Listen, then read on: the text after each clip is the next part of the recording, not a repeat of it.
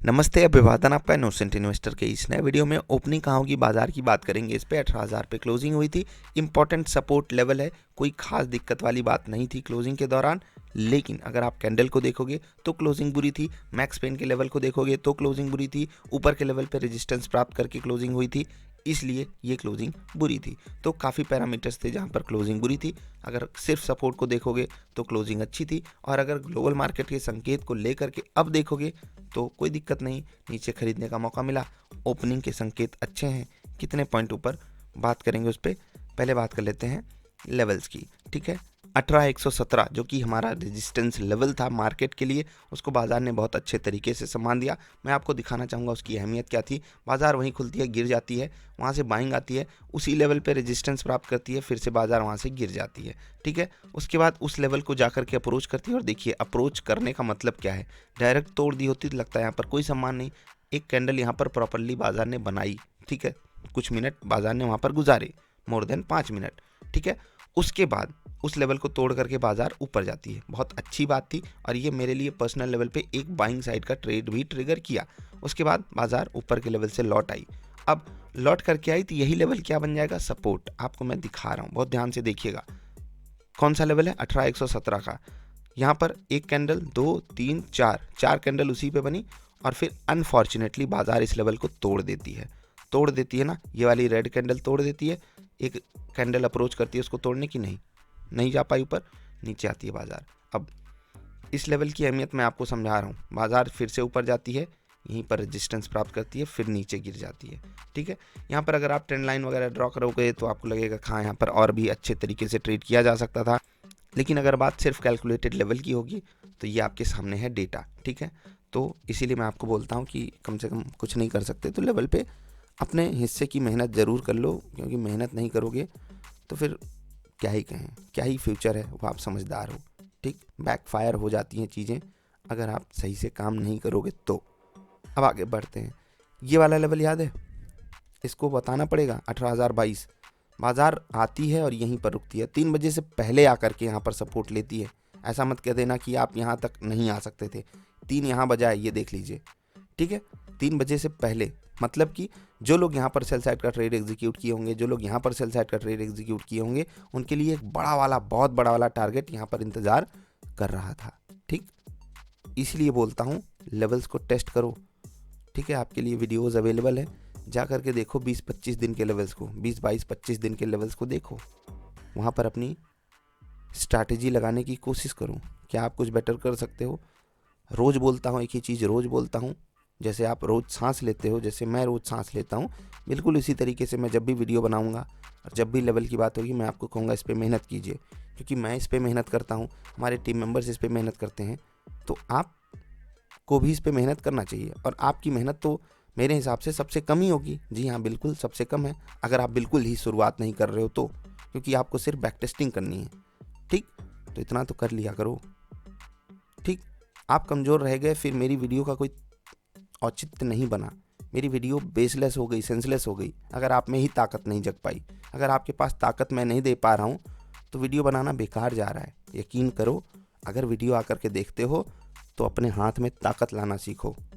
अपनी ताकत, प्योरली अपनी ताकत, जेन्युइन तरीके से अपनी ताकत होनी चाहिए, कोई उधार नहीं उसमें, कुछ भी उधार नहीं। अपनी ताकत मतलब अपनी ताकत, समझ रहे हो। और वो चीज़ें हो जाएंगी जब आप इस लेवल पे ट्रेड करना सीख जाओगे, तो आप पिवट पॉइंट के लेवल पे भी आसानी से ट्रेड कर सकते हो, तब आप फिबोनाची रिट्रेसमेंट वाले लेवल्स पे भी आसानी से ट्रेड कर सकते हो।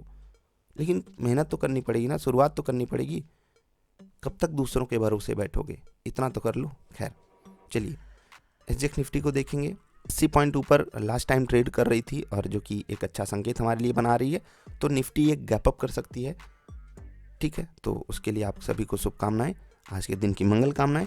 रिलायंस का रिजल्ट आया है, और इसका रिजल्ट मुझे बस जो चीज़ें हैं कुछ वो अच्छी लग गई, कुछ चीज़ें अच्छी नहीं लगी, तो एक मीडियोकर सा रिजल्ट बोलूँगा। अब कहने के लिए तो बहुत आसान हो जाता है, इतनी बड़ी कंपनी को जब वो आकर के रिजल्ट पेश करे उसको बोल दो मीडियोकर रिजल्ट। लेकिन एज एन इन्वेस्टर मैं ये बातें बोल रहा हूँ, ठीक है। मैं कंपनी को नहीं जज कर रहा हूँ, जैसे कि वो भाई साहब अंबानी साहब के पुत्र जी जिनकी शादी हुई, इनको लोग ट्रोल कर रहे हैं। भाई क्या उसका वेट देख रहे हो, उसका वजन देख रहे हो, अपने बैंक का बैलेंस जा करके देख लो, पता चल जाएगा क्या औकात है। फर्जी, ट्रोलिंग, कुछ भी हवा हवाई कोई नहीं। गलती किसकी है? अगर सही मायने में देखोगे गलती कहीं और है, आपकी या किसी और की। आप डिकोड कीजिएगा। पहला स्टॉक रहेगा इंट्राडे भारत फोर्ज। ठीक है, क्यों ट्रेड करना इस स्टॉक में मुझे बताने की ज़रूरत नहीं है। अगला स्टॉक रहेगा जेके लक्ष्मी सीमेंट। यहाँ पर कुछ एक पॉइंट ध्यान रखिएगा। 752 एक रेजिस्टेंस लेवल है, अगर वहाँ तक टारगेट मिल जाता है वेल एंड गुड, नहीं मिलता है 752.60, ये प्राइस नोट कर लो। इसको जब तक जेके लक्ष्मी सुपर सीमेंट जो भी ये ना तोड़ दे तब तक आपको ट्रेड नहीं लेना है। सेल साइड का ट्रेड आप कहीं पर भी ले सकते हो। In case of gap up होता है तो वहाँ पर अगर 750 को ये रेजिस्टेंस मानता है तो बढ़िया ट्रेड वहाँ पर भी मिलेगा। आखिरी स्टॉक रहेगा टाटा एलेक्सी। जिनको बड़े टिकर प्राइस से तकलीफ है वो इनके बड़े भैया को ट्रेड के लिए रख सकते हैं। विप्रो को बहुत इंपॉर्टेंट लेवल पे है। बाकी टाटा एलेक्सी में बहुत बेहतरीन सेटअप बना हुआ है, ध्यान रखना है इस स्टॉक पे पूरी नज़र बना करके रखना। जो लोग स्विंग ट्रेड करते हो उनके लिए भी मैं ये बात बोल रहा हूँ। ठीक है, कोटक महिंद्रा बैंक रिजल्ट देखिए, HDFC बैंक का, अन्य बैंकों का रिजल्ट देखिए और फिर क्या आपको लगता है कि यहाँ पर अपॉर्चुनिटी है। बाकी अगर आपको लगता है, शुभकामनाएं। आपको बता दें कि कोटक महिंद्रा बैंक मेरे पोर्टफोलियो का हिस्सा है। ठीक है, अब नोट कीजिए इंपॉर्टेंट लेवल्स। ठीक है, अब 80 पॉइंट के गैप अप में क्या होगा। पहले SGX निफ्टी का प्राइस आपको दिखाना चाहेंगे 127 है।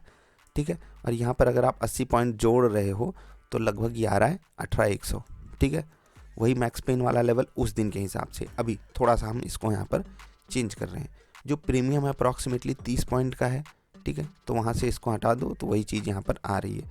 अगर हम 18,100 के आसपास खुलते हैं, 18,083, ठीक है, ये रहेगा हमारे लिए पहला रेजिस्टेंस लेवल। 18,129 ये दूसरा रेजिस्टेंस लेवल और 18,193 ये तीसरा रेजिस्टेंस लेवल। यहाँ और इसमें कितना अंतर है आपको पता है, 110 पॉइंट का। तो जो प्रॉपर रेंज बन करके आ रही है रेजिस्टेंस पहला टूटने के बाद, वो आ रही है अप्रॉक्सीमेटली 110 पॉइंट की। और अगर बाजार टूटती है तो पहला सपोर्ट कहाँ अवेलेबल है। ठीक, देखो 18,083 है, आज की जो क्लोजिंग है 18,030 के आसपास। ठीक है, जो फ्राइडे की क्लोजिंग है 18,030 के आसपास, ये बन जाएगा पहला सपोर्ट लेवल। ठीक है, 18,033, 17,971 और 17,916।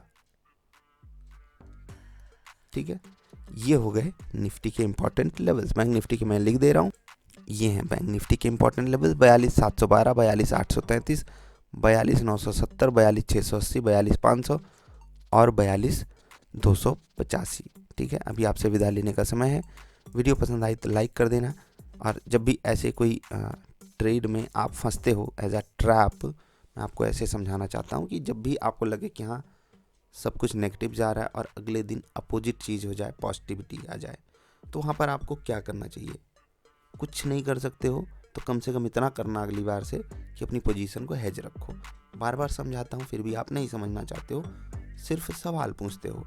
कोई कुछ नहीं कर सकता, गैप अप हो जाएगा, कोई कुछ कर सकता है, नहीं कर सकता। इसलिए प्लीज़ जब भी ओवरनाइट पोजीशन रखो, पोजीशन हेज रखो। अभी आपसे विदा लेने का समय है। वीडियो पसंद आई तो लाइक कर देना।